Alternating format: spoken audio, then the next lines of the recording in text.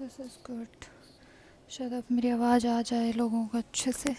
तो गाइज़, जब मैं ना हरियाणा शिफ्ट हुई थी, तो जब मैं हरियाणा शिफ्ट हुई थी ना नई नई, तो ऐसे मतलब कुछ चीज़ें सही नहीं थी और मैं इन्वायरमेंट में सेट नहीं हो पाई, क्योंकि जब मैं छोटी थी 7th क्लास में थी और मैंने मेरी एज के कंपेयर में सब जल्दी जल्दी ऐसे किया था, तो मैं पढ़ना कम कर दी और मेरा मन नहीं लग रहा है पढ़ाई में। बहुत सारी ऐसी चीज़ें हो जा रही हैं लाइफ में। फिर जब धीरे धीरे ना मेरे मेरे पापा बहुत सपोर्टिव थे। मेरे पापा बोले नहीं, मेरे को इसी स्कूल में पढ़ाना है इसको। और कैंटीन थी उस स्कूल में, तो मेरे पापा मेरे को रोज़ 10 रुपये देते थे और मम्मी बोलती थी तू बिगाड़ रहा है इस छोरी ने, तू बिगाड़ रहा है। और पापा फिर भी मेरे को छुप छुपा के 10 रुपये देते ही थे। फिर मैं धीरे धीरे 10th में हुई। अब मैं पढ़ती नहीं थी, मैं खेलती थी। मेरे से एज से छोटे बच्चों के साथ ऐसे पकड़म पकड़ाई वगैरह वगैरह कुछ कुछ मैं खेलती थी। और मेरे आए 90% ना भाई। अब मेरे पेरेंट्स सेटिस्फाई नहीं हुए, बट मैं खुश थी कि 89 नहीं आए। अगर 89 आ जाते ना तो मेरे घर वाले ये बोल देते 8 की लाइन में आए, मतलब तू पढ़ी ही नहीं, वो तो बस तेरा तुक्का लग गया। पर मैं खुश थी कि चलो 90 की लाइन में आए हैं। और मेरे गांव के ना 2 बच्चों ने टॉप किया था और उनका नाम अनाउंस हो रहा था ऐसे, और मेरे पापा मम्मी एकदम रूड हो गए थे मेरे लिए कि तेरे को ऐसे वो नहीं पता है क्या, तू पढ़ नहीं सकती है, कि इतने पैसे लग रहे हैं तेरे ऊपर, कुछ आता जाता नहीं है, तुझे आगे जाकर डॉक्टर बनना है, ये वो। सो मैथ्स मेरी अच्छी नहीं थी क्योंकि कभी। फिर मैं 11th में हुई, मैंने अच्छे से पढ़ना शुरू किया। 12th में हुई, 12th में भी मैंने अच्छे से पढ़ा। अब जब मैं 12th करी ना, तो कोरोना का टाइम था ना, तो एग्ज़ाम नहीं हो पाए।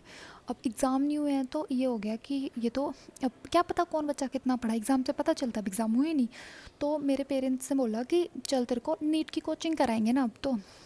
एक और उनको पता नहीं था कि एल एन वगैरह वगैरह, जी सी आई वगैरह, मतलब ऐसी कोचिंग्स होती हैं। हमें कोई आइडिया नहीं था, हमें बस ये पता था कि हमें एग्ज़ाम कराना होता है। और हमें ये भी नहीं पता था कि 11th 12th के साथ तुम एग्ज़ाम कर सकते हो। तो हुआ ये, और मेरे चेयरमैन का बेटा, वो साला बहन का भाई, 9th और 10th से मतलब ऐसे कोचिंग ले रहा है।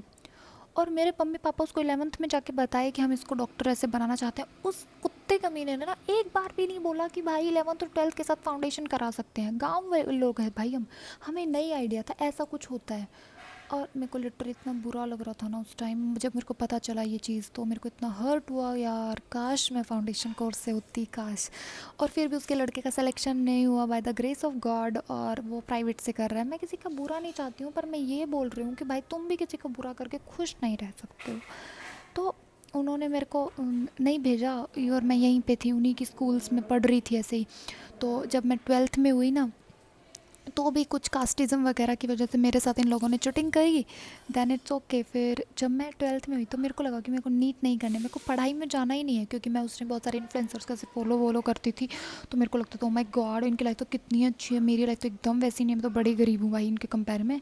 तो मैंने बोला नहीं, मेरे को सिंगर बनना है। मैं अब गा के सुना रही हूँ, मैं लोगों से पूछ भी रही हूँ, मेरी बहन से लिटरली, तुझे क्या लगता है सिंगर तो मैं बन जाऊँगी ना? और वो बोल भी रही है हाँ हाँ बन जाएगी, कोई दिक्कत की बात नहीं, तू कोशिश करेगी तो बन जाएगी। और I am literally like what the hell is this going on with me. अब मैं ऐसा सोच रही हूँ। उस टाइम फिर मैंने पापा को बोला पापा मेरे को सिंगर बनना है, और पापा भी लाइक तुम हरियाणवी बाप को ये बोल रहे हो कि तुम्हें सिंगर बनना है पढ़ाई छोड़ के, तुम अपनी मौत को दावत बुला रहे हो भाई, लिटरली तुम अपनी मौत को दावत बुला रहे हो। मेरे पापा बोले क्या क्या क्या, तू पागल है, तेरे को तमीज़ नहीं है, तू वहाँ पे छोटे छोटे कपड़े पहन के डांस करके दिखाएगी लोगों को, सोसाइटी क्या कहेगी, तो लोग क्या कहेंगे, मार देते हैं। सुशांत सिंह राजपूत वाला केस तेरे को याद नहीं है क्या? मतलब उन लोगों ने मेरे को बहुत बोला, और they are right at that time, but मेरे को बहुत रोना निकला, क्योंकि यार मेरे सपने हैं कुछ, I want to fulfil them. मेरे को नई पढ़ाई में कंटिन्यू करना था, इट्स ओके। बार मैं आ गई, फिर मेरा फर्स्ट अटेम्प्ट में नीट क्लियर हो गया। और उन लोगों ने लिटरली जब जिस कोचिंग में वो छोड़ के आए ना, वो कोचिंग आज बंद हो गई है, और उन्होंने एक बार चेक भी नहीं किया था कि वो कोचिंग अच्छी है नहीं है, सेफ़ है अनसेफ है। वो गए भी नहीं थे उस इन्वायरमेंट में, मैं सर्वाइव कर पाऊँगी या नहीं, नहीं, बस वो छोड़ के आ गए थे, और मैं वहाँ पे रहने भी लग गई थी। और फिर भी मेरा सिलेक्शन हो गया ना। बहुत लड़कियाँ मेरे से वहाँ पे चिढ़ती थी, पर छोड़ो उनके, हम उस पर नई वीडियो बनाएंगे, कंटेंट शेयर नहीं करूँगी वैसे ही। फिर जब मैं मेरा सिलेक्शन हुआ, और मेरी मम्मी रोती थी बीच बीच में, क्योंकि हमारी फैमिली इतनी अच्छी सी नहीं है, एकदम लविंग डविंग फैमिली। तो मम्मी बीच बीच में मेरे को कॉल करके बोलती थी कि बेटा प्लीज़ पढ़ा कर, अगर तू नहीं पढ़ी तो लोग बोलेंगे कि वहाँ पे याशियाँ कर रही है, पढ़ती वढ़ती नहीं है। By the grace of God, भगवान के आशीर्वाद से, माता के आशीर्वाद से मेरा पहले अटैम्प्ट में सिलेक्शन हो गया। I am very happy at that time. पर मैं रो भी रही थी क्योंकि मेरे सेटिस्फैक्टरी नंबर नहीं आए थे। मम्मी मेरे को देख देख के रो रही थी, पर पापा भी लाइक हैप्पी कि ठीक है ना सर, मेडिकल कॉलेज मिल रहा है ना, मेरी बेटी डॉक्टर बन जाएगी ना। और MBBS is same at all colleges, just depend upon PG main thing. तो मैंने कहा ओके, मैंने एडमिशन ले लिया रोते रोते। फिर मेरा रैगिंग हुआ यहाँ पे। Now I am an 3rd year MBBS student and I am happy कि मैं आज उस चीज़ में नहीं हूँ, क्योंकि अब मेरा ना वो इंटरेस्ट सा ख़त्म हो गया है। तो अब मेरे को लगता है कि अगर मैं उस टाइम मेरे पापा को मतलब ऐसे कोचिंग वोचिंग दिला देते और उस टाइम मैं बोलती कि अब मेरा इंटरेस्ट ख़त्म हो गया, लिटरली पापा मेरे को जूते मार के भगा देते। पता है हेल इज़ दिस बेटा, ये तुम क्या बकचोदी कर रही हो, है दिस इज़ नॉट राइट। तो फिर मैंने बोला ठीक है, आई am happy.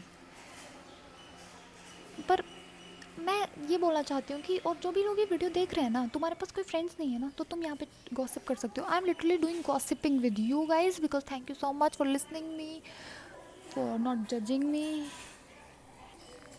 It's so real for me. और मतलब ठीक है ना, अलग तुम्हारे भी फ्रेंड्स नहीं है, तुम भी कंटेंट बनाओ, तुम भी वीडियो बनाओ, डालो। और पर मेरे पापा इस चीज़ के बिल्कुल अगेंस्ट हैं, क्योंकि अभी उनके फील्ड में मेरी एक शॉर्ट्स चली गई थी और वो they are like the hell is this, तू ये सब करने गई, तू घर आते को मैं बताता हूँ। बट वो बहुत अच्छे भी हैं, क्योंकि मैं इतनी दूर हूँ, छत्तीसगढ़ में रह रही हूँ, हरियाणा में से हूँ मैं, तो वो उन्हीं की सपोर्ट की वजह से है। Thank you for watching this video. I hope you will like it, and if you like it then please subscribe it. Bye guys, thank you, bye.